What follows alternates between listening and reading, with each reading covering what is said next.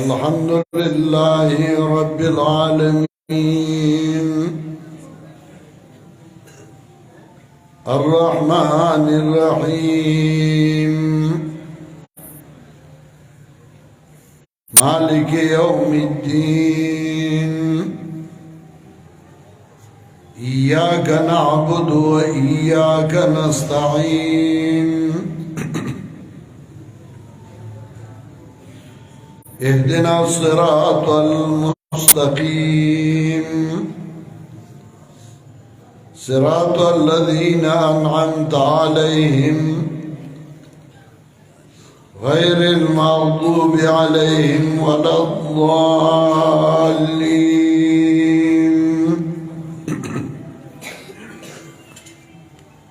میرے محترم مسلمان بھائیوں، اسی علاقے سرگودا بلوال چنوٹ، اسی علاقے میں بہت پہلے اپنے والد صاحب کے ساتھ کئی دفعہ آیا ہوں. اسی زمانے میں ہمارا ٹرانسپورٹ کا کاروبار تھا، تو میرے والد صاحب باہر سے چیسس منگواتے تھے اور چنوٹ میں ہم اس پہ باڑیاں بنواتے تھے. تو میں والد صاحب کے ساتھ آتا تھا. اب مجھے یاد نہیں ہے کہ ہم کس مسجد میں گئے تھے، لیکن اس علاقے کے ساتھ تعلق اور رابطہ یہ تقریباً 40-50 سال سے ہے. اب الحمدللہ ثم الحمدللہ حضرت مولانا مفتی عبدالرؤوف صاحب جو ہماری جماعت کے اہم ذمہ دار بندے ہیں، بہترین عالم ہیں، جب انہوں نے مجھے دعوت دی تو میں نے بخوشی قبول کیا، اور میرے دل میں یہ تمنا تھی کہ میں آپ ساتھیوں سے ملاقات بھی کر لوں گا، شاید آپ میں سے کسی کی دعا میرے حق میں قبول ہو جائے، اور ایک سورت کا درس دوں گا. میں نہ کوئی بڑا عالم ہوں، نہ کوئی اچھا خطیب ہوں، نہ کوئی سریلی آواز ہے. ادھر بڑے بڑے علماء موجود ہیں. اس حیثیت سے نہیں کہ میں اپنے آپ کو ان سے بڑا سمجھتا ہوں، بلکہ اس حیثیت سے کہ چند طالب علم ساتھی ایک دوسرے کو سبق تکرار کرتے ہیں تاکہ اس سبق میں تازگی ہو جائے اور وہ سبق ذہن نشین ہو جائے. میں بھی اسی نیت سے آپ کے سامنے سورۃ الفاتحہ کا مقصد بیان کروں گا. دربار خداوندی میں دعا گو ہوں کہ مجھے صحیح بیان کرنے کی توفیق عطا فرمائے، اور پھر ہم سب کو اس پر عمل کرنے کی توفیق عطا فرمائے. سورۃ الفاتحہ ایسی سورت ہے جو پورے قرآن کریم کا خلاصہ ہے، نچوڑ ہے. قرآن کریم جس ترتیب سے ہمارے سامنے پڑھا ہے، سورۃ الفاتحہ، پھر بقرہ، پھر آل عمران، نساء، مائدہ، انعام، اعراف، انفال، اس طریقے سے لوح محفوظ میں بھی تھا. لیکن جبریل امین جب وحی لاتا تھا تو اللہ کے حکم سے ان آیات کو جناب رسول اللہ صلی اللہ علیہ وسلم پہ لاتے جس کا اللہ تعالیٰ حکم فرماتے اور رسول اللہ صلی اللہ علیہ وسلم کو بتاتے تھے. کہ آیت فلان صورت میں، یہ صورت فلان صورت کے بعد ہے. اس کی مثال ایسی تھی کہ ایک ڈاکٹر جب سبق پڑھتا ہے، پہلے سر کا علاج، پھر گلے کا علاج، پھر سینے کا علاج، پیٹ کا علاج، پھر پیر اور پاؤں کا علاج سیکھتا ہے. لیکن جب وہ اپنے گھر آ کے کلینک کھولتا ہے اور کوئی بندہ آئی کہ میرے پیٹ میں درد ہے، تو وہ یہ نہیں کہتا کہ میں پہلے سر کا علاج کروں گا، پھر سینے کا، اور اس کے بعد پیٹ کا. جس علاج کی ضرورت ہو تو اسی جگہ کا علاج ڈاکٹر کرتا ہے. قرآن کریم کو اللہ تعالیٰ نے روحانی علاج کے لیے مبعوث فرمایا، بھیجا. تو ان آیات کو اللہ تعالیٰ نازل فرماتی تھی جس موقع پہ جن آیات کی ضرورت تھی. اسی وجہ سے ترتیبی نزولی اور ترتیبی مصحفی میں فرق ہے. سورہ فاتحہ نزول میں 5ویں نمبر پہ ہے، لیکن سب سے پہلے اس سورت کو قرآن کریم میں ذکر کیا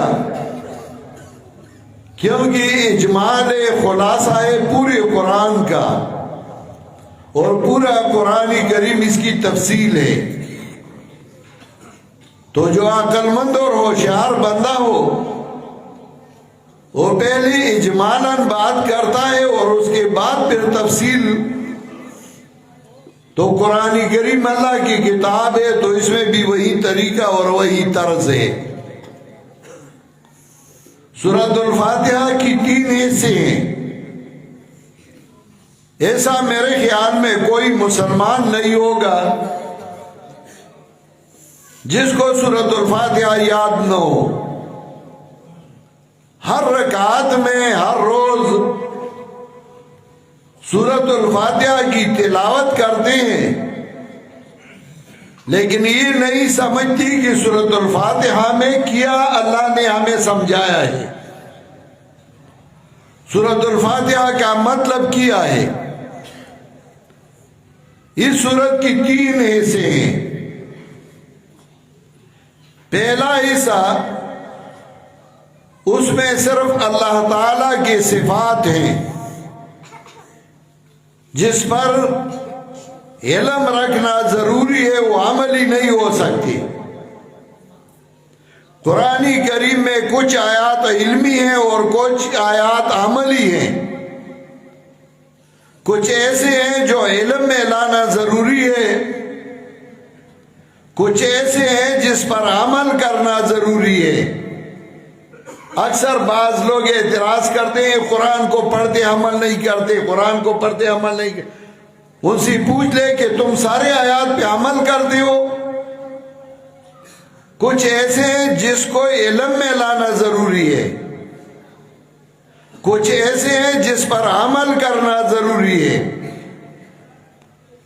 تو پہلے آیات اس میں اللہ تعالیٰ کے صفات ہیں اور اس پہ عام علم میں لانا ضروری ہے. دوسرے حصے میں مخلوق کی عاجزی اور مخلوق کا سوال، اہم چیز کا سوال اور مانگنا. اور تیسرے حصے میں انسانوں کی تقسیم ہے. پہلے حصے میں الحمدللہ رب العالمین الرحمن الرحیم مالک یوم الدین، یہ اللہ کی صفات ہیں. اس پر علم لانا ضروری ہے کہ وہ صفات جو الوہیت کے مناسب ہیں وہ اللہ ہی کے لیے. الف لام عادی اور موحود سے وہ صفات ہیں جو اللہ کے لائق ہیں. صفات 3 قسم کے ہیں. پہلے قسم کے وہ صفات ہیں جو انسانوں کے لیے ہیں اور اللہ کے لیے نہیں. جیسا کہ فلاں کا اولاد بڑے اچھے ہیں، فلاں کے اخلاق بڑے اچھے ہیں، فلاں کے اولاد بڑے تکڑے ہیں، یہ بھی صفات ہے، لیکن یہ انسان کے مناسب ہے، اللہ کے مناسب نہیں. دوسری قسم کی وہ صفات ہیں جو اللہ تعالیٰ کے لیے خاص ہے، انسانوں کے لیے وہ لائق نہیں. اور تیسری قسم کی وہ صفات ہیں جو من وجہ اللہ ہی کے لیے ہے اور من وجہ انسانوں کے لیے، جیسا کہ سمیع، سننے والا.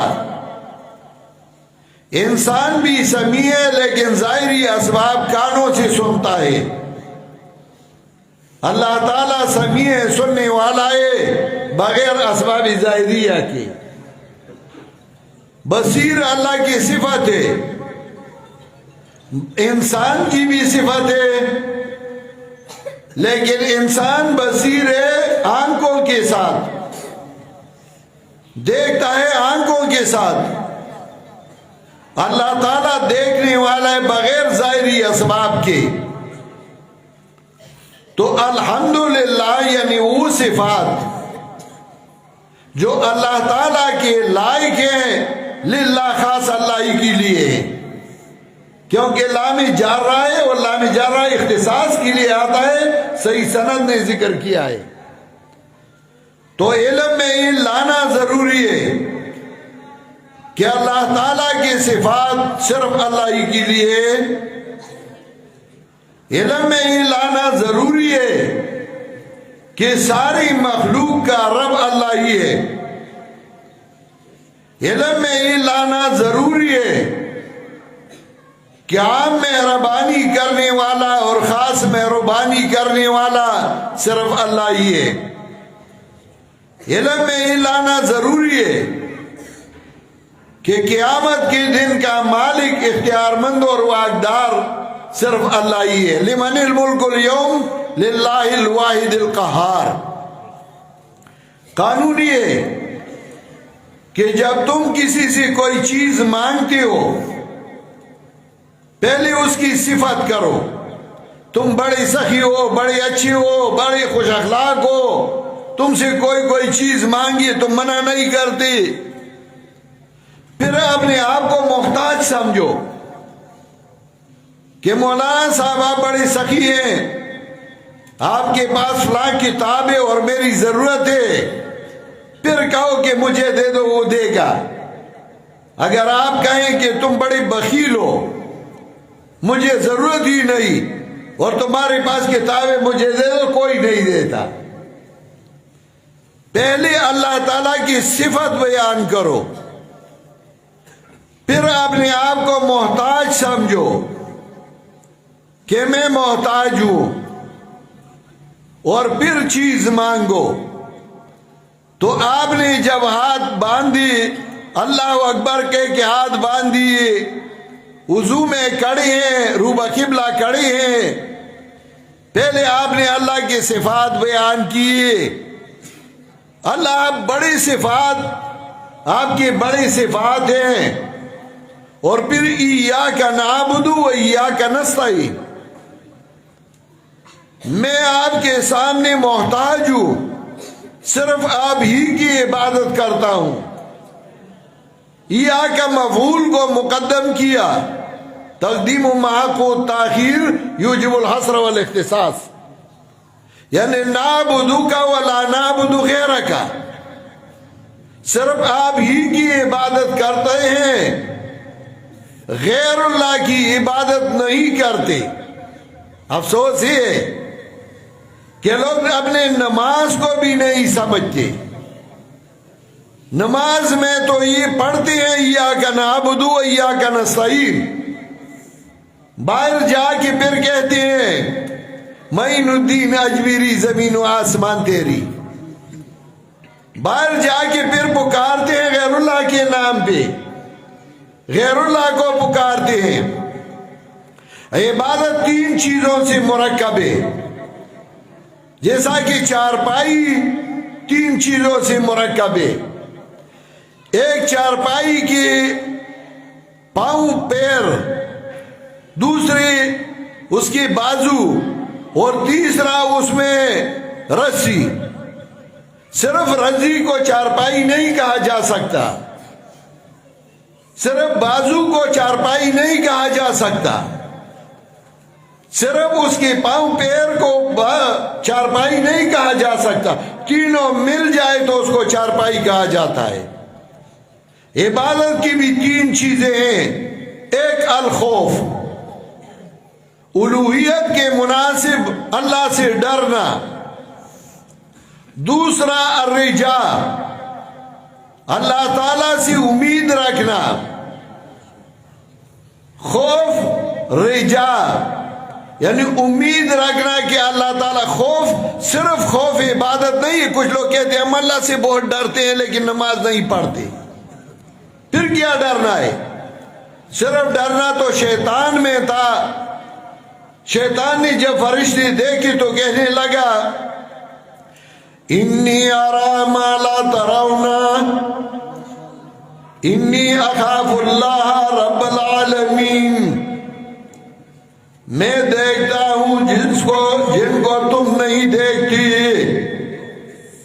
شیطان نے جب ملائک دیکھی کہنے لگا انی ارا ما لا ترون،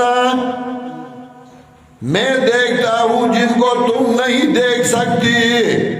انی اخاف اللہ رب العالمین، میں اللہ سے ڈرتا ہوں جو ساری مخلوق کا رب ہے. شیطان تو اللہ سے ڈرتا تھا. صرف ڈرنے کا کوئی فائدہ نہیں. جب یہ دوسری چیزیں مرکب نہ ہو تو نماز میں آپ پڑھتے ہیں ایاک نعبد، اللہ صرف تیرا ہی عبادت کرتے ہیں اور کسی کی عبادت نہیں کرتے. اور پھر نظر و نیاز اور چڑھاوے غیر اللہ کے نام پہ دیتے ہو. یہ 11ویں والا پیر ہے اور یہ 12ویں والا پیر ہے.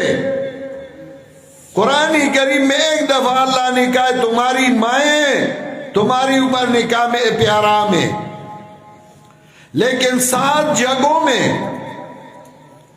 قرآن کریم میں اللہ نے فرمایا جو چیز غیر اللہ کے نام پہ نظر دیا گیا، جس پہ آواز اٹھایا گیا کہ غیر اللہ کا نظر ہے، وہ حرام ہے. اور ایسا حرام ہے جیسا خنزیر کا گوشت حرام ہے. اور اللہ نے فرمائے وَمَا أُحِلَّ بِهِ لِغَيْرِ اللَّهِ، جس پہ غیر اللہ کا نام لیا گیا کہ یہ فلاں بابی کا نظر منوتی، وہ حرام ہے. وہ بھی عبادت کا ایک قسم ہے. اور نماز میں پڑھتے ہیں صرف تیرا ہی عبادت کرتے ہیں، صرف تجھ ہی سے مانگتے ہیں، اور باہر جا کے پھر غیر اللہ کے نام پہ پکارتے ہیں. قرآن کریم میں جب اس مسئلے کو اللہ تعالیٰ نے ذکر کیا 86 سورتوں میں صرف اسی مسئلے کو ذکر کیا، توحید کے مسئلے کو. مکی ساری سورتوں میں توحید کا تذکرہ ہے. پھر مدنی سورتوں میں نماز، حج، زکوٰۃ وغیرہ اس کا تذکرہ ہے. 86 سورتوں میں اللہ تعالیٰ نے فرق ذکر کیا مخلوق اور خالق کا. سورہ اعراف آیت نمبر 194 میں اللہ نے فرمایا ان الذین تدعون من دون اللہ عباد امثالکم، یقیناً وہ لوگ جن کو تم پکارتے ہو، یقیناً وہ لوگ جن کو تم پکارتے ہو اللہ کے بغیر، عباد امثالکم، وہ تمہاری جیسی بندی ہیں. کچھ مولوی دھوکہ دیتے ہیں عوام کو، کہتے ہیں یہ آیات بتوں کے بارے میں ہمارے اوپر چسپان کرتے ہیں. خدا کی بندی قرآن کو ذرا دے کے اللہ نے فرمایا عباد امثالکم، تمہاری جیسے بندے. تم بتو اگر تم بت ہو تو بت کے پیچھے تو نماز نہیں ہو سکتی. مولوی صاحب تمہارے پیچھے بھی نماز نہیں ہو سکتی. بت کے پیچھے تو نماز نہیں ہو سکتی. ہو سکتی ہے تو پھر مولوی صاحب کو بھی کہہ دیں کہ اللہ نے تو فرمایا کہ عباد امثالکم ان الذین تدعون من دون اللہ عباد امثالکم. یقیناً وہ لوگ جن کو تم پکارتے ہو اللہ کے بغیر تمہاری جیسی بندی ہیں. پھر اللہ نے فرمایا الہم ارجل یمشون بہا، کیا ان کے پاؤں ہیں کہ وہ چل سکتے ہیں ان کے ساتھ؟ ام لہم ایدی یبطشون بہا، یا ان کے ہاتھ ہے کہ پکڑ سکتے ہیں ان کے ساتھ؟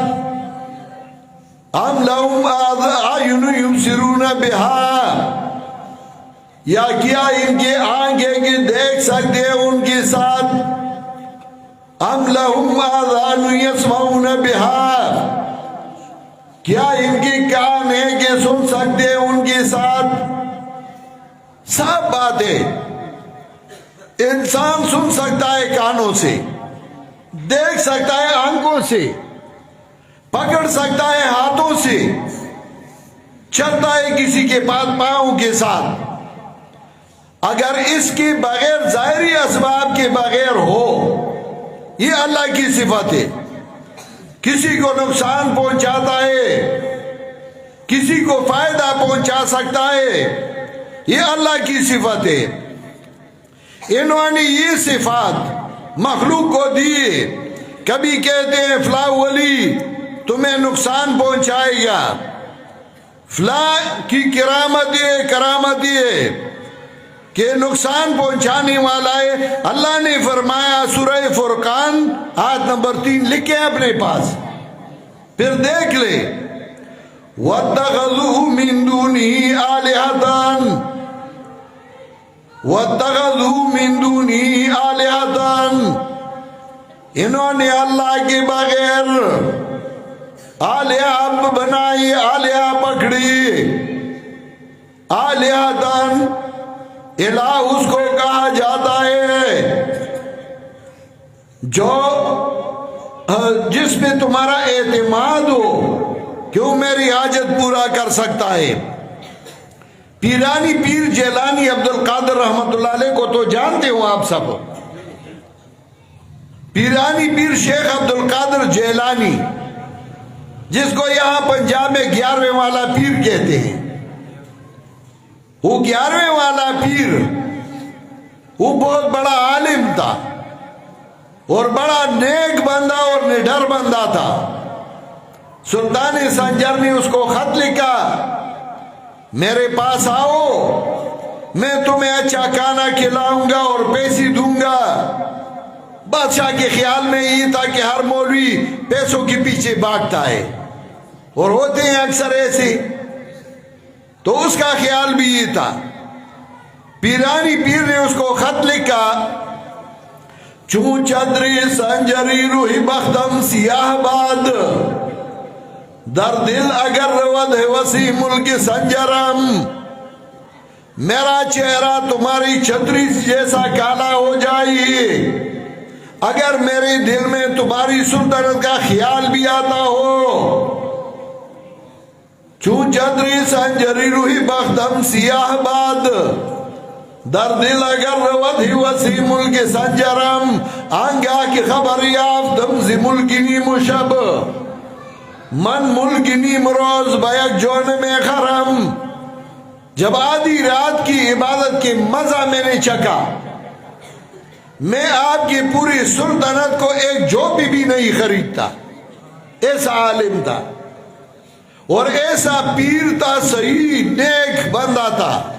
وہ لکھتا ہے اپنی کتاب میں، ان کا کتاب ہے الفتح الربانی والفیض الرحمانی، صفحہ 47 پہ لکھتے ہیں کل ما تعتمد علیہ فهو الہک وکل شیء تخاف منہ وترجو فهو الہک. ہر وہ چیز جسے تم ڈرتے ہو بغیر اسباب کی وہ تمہارا الہ ہے، اور جسے تم ڈرتے ہو، جسے تم تما رکھتے ہو بغیر اسباب کی وہ تمہارا الہ ہے۔ قلبک لا یوافق لسانک، تمہارا دل اور زبان ایک جیسا نہیں۔ یہ تو پیرانی پیر نے لکھا ہے۔ الہ اس کو کہا جاتا جو حاجات پورا کرنے والا ہو۔ تو اللہ نے فرمایا وَاتَّخَذُوا مِن دُونِهِ آلِهَةً، انہوں نے اللہ کے بغیر دوسرے آلہہ بنائی، لا يخلقون شيئا وهم يخلقون، وہ کسی چیز کو پیدا نہیں کر سکتے، خود پیدا ہوئی ہیں۔ لا يخلقون شيئا وهم يخلقون، اور علماء جانتے ہیں ہم ضمیر ذوی العقول کا وان کے ساتھ جمع ذوی العقول کے لیے آتا ہے، یعنی وہ نیک بندی اللہ فرماتے ہیں وَلَا يَمْلِكُونَ لِأَنفُسِهِمْ ضرا ولا نفع، اپنے لیے ضرر اور نفع کا واقدار نہیں۔ ولا یملکون موتا ولا حیاتا ولا نشورا، ان کے اختیار میں نہ موت ہے اور نہ زندگی۔ بڑے بڑے اولیاء کرام ان پہ موت آئی اور اپنے آپ کو بچا نہ سکے، تمہیں کیسے بچائیں گے؟ تو نماز میں تم پڑھتے ہو ایاک نعبد و ایاک نستعین، اللہ تعالیٰ صرف تیرا ہی عبادت کرتے ہیں اور کسی کا نہیں کرتے، صرف تجھی سے مدد مانگتے ہیں اور کسی سے نہیں مانگتے۔ ان سے ذرا پوچھ لیں کہ نماز میں تو یہ کہتے ہو اور مسجد سے باہر جاتے ہو تو پھر کہتے ہو فلاں بابا میرا مدد کر، فلاں ولی میرا مدد کر، تو ان نماز میں تم کیا کہہ رہے ہو؟ مطلب یہ کہ ان نماز کو نہیں سمجھتے۔ تو پہلے حصے میں اللہ کے صفات ذکر کیے، دوسرے حصے میں انسان کے عاجزی کہ ساری مخلوق، سارے انسان اللہ کے سامنے عاجز اور محتاج ہیں۔ سورہ فاطر میں آیت نمبر 15 میں اللہ نے فرمایا یا ایھا الناس انتم الفقراء الی اللہ، او لوگو آپ سب اللہ کے سامنے محتاج اور فقیر ہو۔ پیغمبر پاک کو فرمایا تم بھی فقیر اور محتاج، صحابہ کرام کو فرمایا تم بھی فقیر اور محتاج، مولویوں کو کہا تم بھی فقیر اور محتاج، بادشاہوں کو کہا تم بھی فقیر اور محتاج۔ یا ایھا الناس انتم الفقراء الی اللہ واللہ هو الغنی الحمید، اللہ غنی ہے، اللہ بے پرواہ ہے اور اللہ حمید ہے، انسان سارے محتاج ہیں۔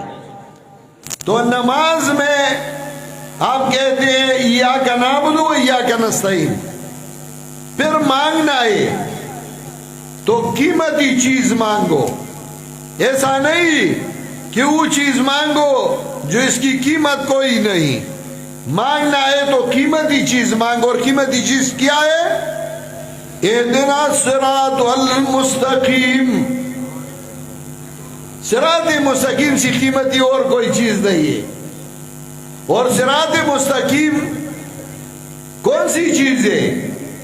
قرآن میں اللہ نے فرمایا وَأَنَّ هَذَا صِرَاطِي مُسْتَقِيمًا فَاتَّبِعُوهُ، یہ قرآن میرا صراط مستقیم ہے، اس کی تابعداری کرو۔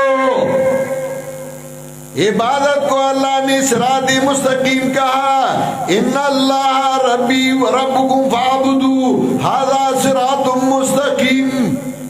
پیغمبر کی اتباع کو صراط مستقیم کہا، تو نماز میں آپ اللہ سے مانگتے ہو اہدنا الصراط المستقیم، اللہ تعالیٰ ہمیں چلائے صراط مستقیم پر۔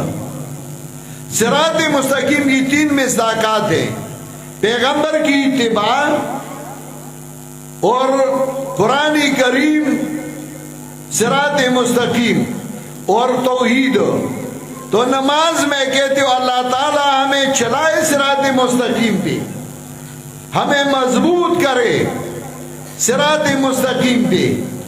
پھر نہ پیغمبر کی اتباع کرتے ہو، پیغمبر کی تابعداری بھی نہیں کرتے، پھر قرآن کریم بھی نہیں پڑھتے۔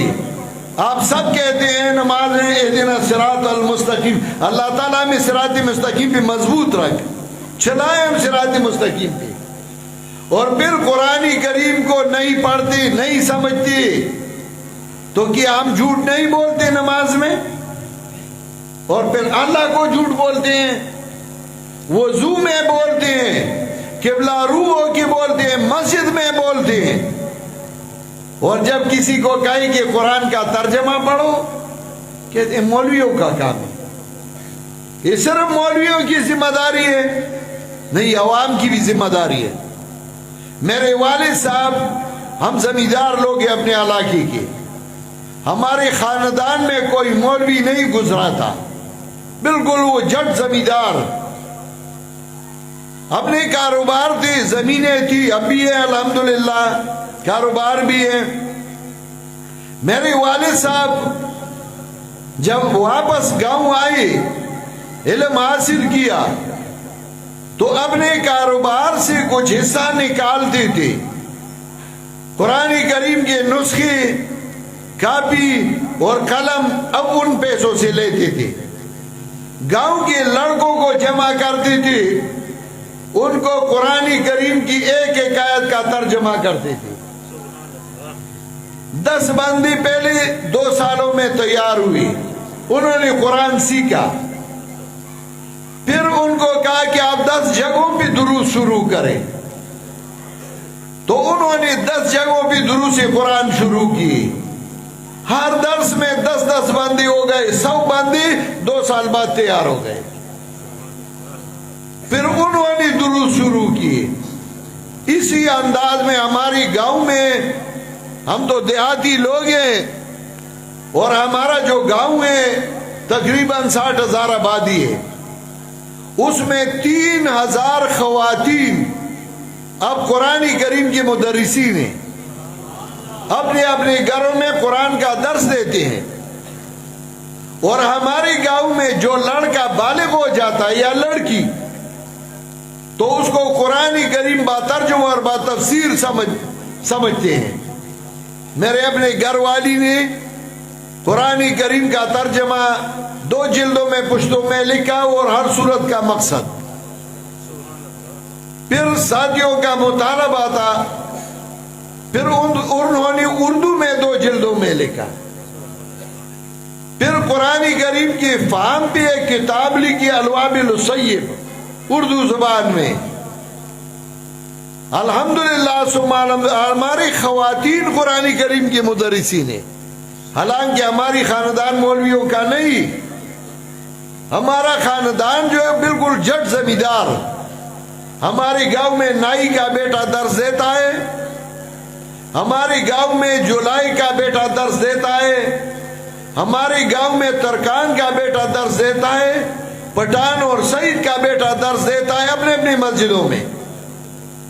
اسکول اور یونیورسٹی کے لڑکے اس ٹائم ہمارے گاؤں میں دروس دیتے ہیں۔ آپ کا یقین نہیں آئے گا کہ اس لڑکے کو قرآن آتا ہے، ڈرائیور گاڑی چلاتا ہے، اسی کسی صورت کے خلاصے کا پوچھ لیں وہ آپ کو بتائے گا۔ یہ محنت ہے، محنت، تقریروں سے کام نہیں ہوتا، خوشلحانی سے صرف کام نہیں ہوتا کہ سر لگائے اور نعرے لگائے اور بس جلسہ ہو گیا۔ قرآن سکھانا چاہیے اس انداز میں، پہلے اللہ کی صفات، پھر انسان کی عاجزی، اور پھر انسان کا سوال مانگنا، اور قیمتی چیز کو مانگنا، اہدنا الصراط المستقیم.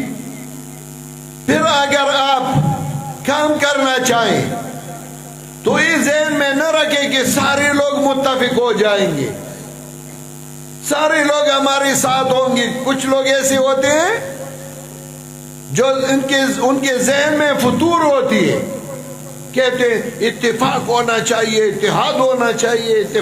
اتفاق کی کیا مطلب؟ اتفاق ہمارا مقصود نہیں، ہمارا مقصود ہے حق کے ساتھ کھڑا ہونا.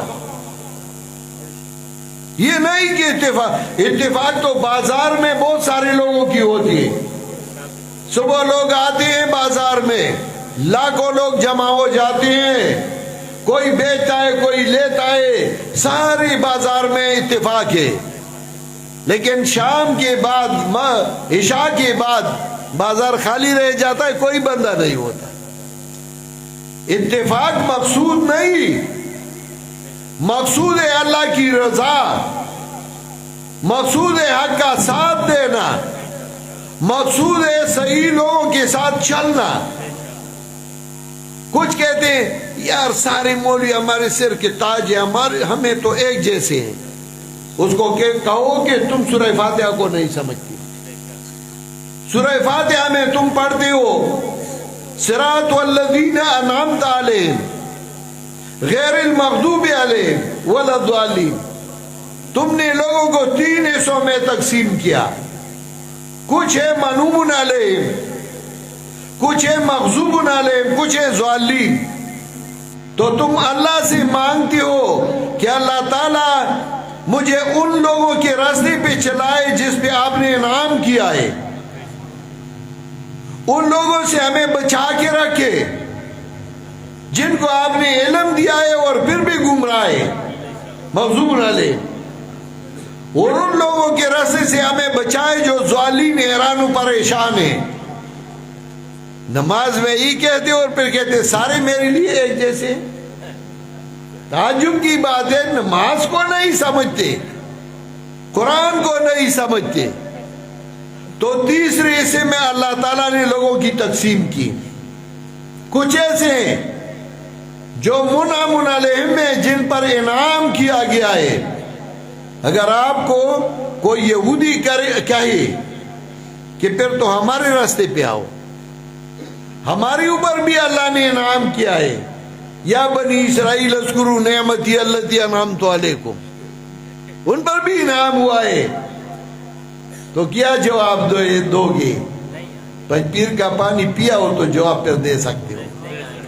جواب یہ ہوگا کہ ٹھیک ہے، لیکن بعد میں بھی پڑھ لو غیر المغضوب علیہم، وہ منعم علیہم جن پہ غضب نہیں کیا گیا ہو.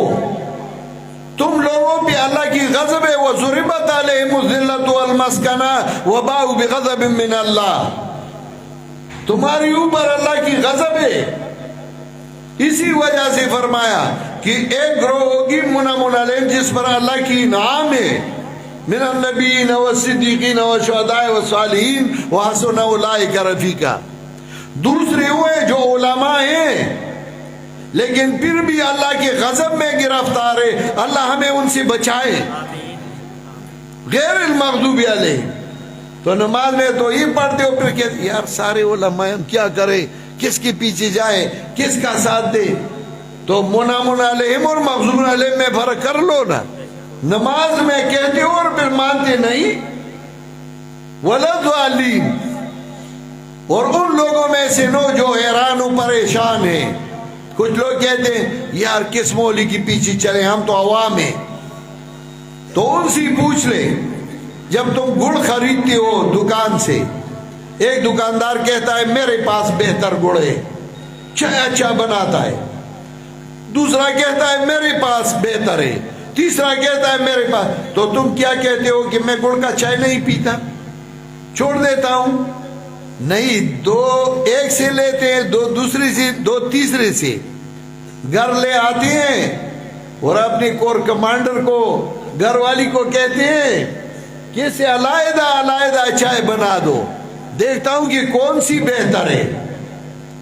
اگر ایم اے کا امتحان دیتی ہو، ایک بھائی کہتا ہے پولیٹیکل سائنس میں امتحان دو، دوسرا کہتا ہے نہیں اسلامیات میں، تیسرا کہتا ہے سائنس میں، تو تم کہتے ہو کہ میں امتحان ہی نہیں دیتا؟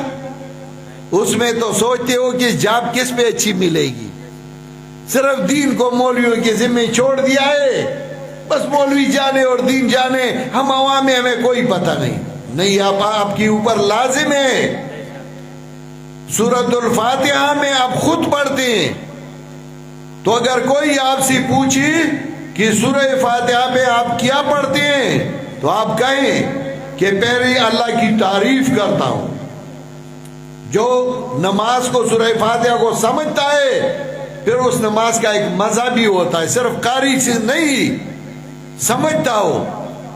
اسی وجہ سے صحابہ کرام جب نماز پڑھتی تھی اس کو تیر لگی اور کوئی پتہ نہیں اپنا نماز پڑھ رہا ہے، اتنے مستغرق تھی۔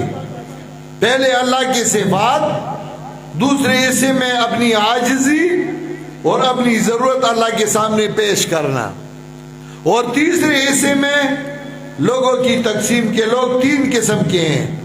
کچھ ہوئے جس پر اللہ تعالیٰ نے انعام کیا ہے ان کے ساتھ کھڑے ہو جاؤ، حق کے ساتھ کھڑے ہو جاؤ۔ دوسرے ہوئے جو علماء ہیں لیکن ان پر اللہ کا غضب ہے، اس سے اپنے آپ کو بچا کے رکھو۔ اور تیسرے وہ عوام ہے جو حیران و پریشان ہیں کہ ہم کس کی پیچھے چلے، ان سے بھی اپنے آپ کو بچا کے رکھو۔ نتیجہ ہی نکلا کہ جو حق پرست علماء کے ساتھ شانہ بشانہ کھڑا ہو کے دین کی خدمت کرو۔ یہ سورہ فاتحہ کا مقصد تھا۔ میں تو کوئی خاص مقرر نہیں ہوں، نہ خطیب ہوں، میں تو قرآن کا ایک طالب علم ہوں۔ ایک صورت میں نے آپ کو درس دیا اور انشاءاللہ مجھے امید ہے کہ آپ سب کو یاد ہوگا۔ اسی طریقے سے قرآن کریم کا درس اپنے علماء کو کہہ دے کہ ہمیں کرتے رہو، ایک ایک آیت پڑھتے رہو۔ اگر اس دوران موت آئی تو دنیا سے آپ قرآن کے طالب علم چلو گے۔ اور ابو ہریرہ رضی اللہ تعالیٰ عنہ کو نبی علیہ السلام نے فرمایا تھا کن عالما او متعلما او خادعا۔ نبی علیہ السلام نے فرمایا تھا کہ آپ یا عالم قرآن کریم سکھاؤ یا سیکھو۔ یا ابا ہریرہ علم الناس القرآن وتعلموا فإنك إن مت وأنت كذلك زارت الملائکۃ قبرک۔ یا قرآن سکھاتے رہو یا سیکھتے رہو، اگر اس حالت میں موت آئی تو فرشتے تمہاری قبر کی زیارت کے لیے آئیں گے۔ ایک آیت پڑھتے رہو۔ اپنے استاد کو، اپنے امام کو، اپنے مولوی کو یہ کہو کہ ہمیں درس قرآن شروع کرو، ایک ایک آیت، پورا سورت یا رکوع یا زیادہ نہیں، ایک آیت اس کا مطلب، اور قرآن سامنے رکھو، وہ پڑھے، پھر آپ ایک ایک پڑھتے رہو، سیکھتے رہو۔ 2 سال گزر جائے آپ پورے قرآن کو سیکھو گے، مشکل نہیں ہے۔ صرف تقریروں سے کام نہیں ہوتا، قرآن کریم کا درس، اس کے بڑے فائدے ہیں۔ ہمیں اگر کوئی دوست خط لکھے وہ انگریزی میں ہو، ہم انگریزی نہیں سمجھتے، تو پورے بلوال کے بازار میں ہم چکر لگاتے رہیں گے، کوئی بندہ ملے جو انگریزی پڑھ سکتا ہو کہ مجھے میرا خط، دوست کا خط سنائے۔ اللہ کا خط آیا ہے ہمارے پاس اور ہم نہیں سمجھتے اس کو، یہ ہماری بدقسمتی ہوگی۔ میرے عزیز بھائیوں، یہ ہم سب کی ذمہ داری ہے کہ قرآن کو سیکھے اور قرآن کریم کو دوسروں کو سکھائے۔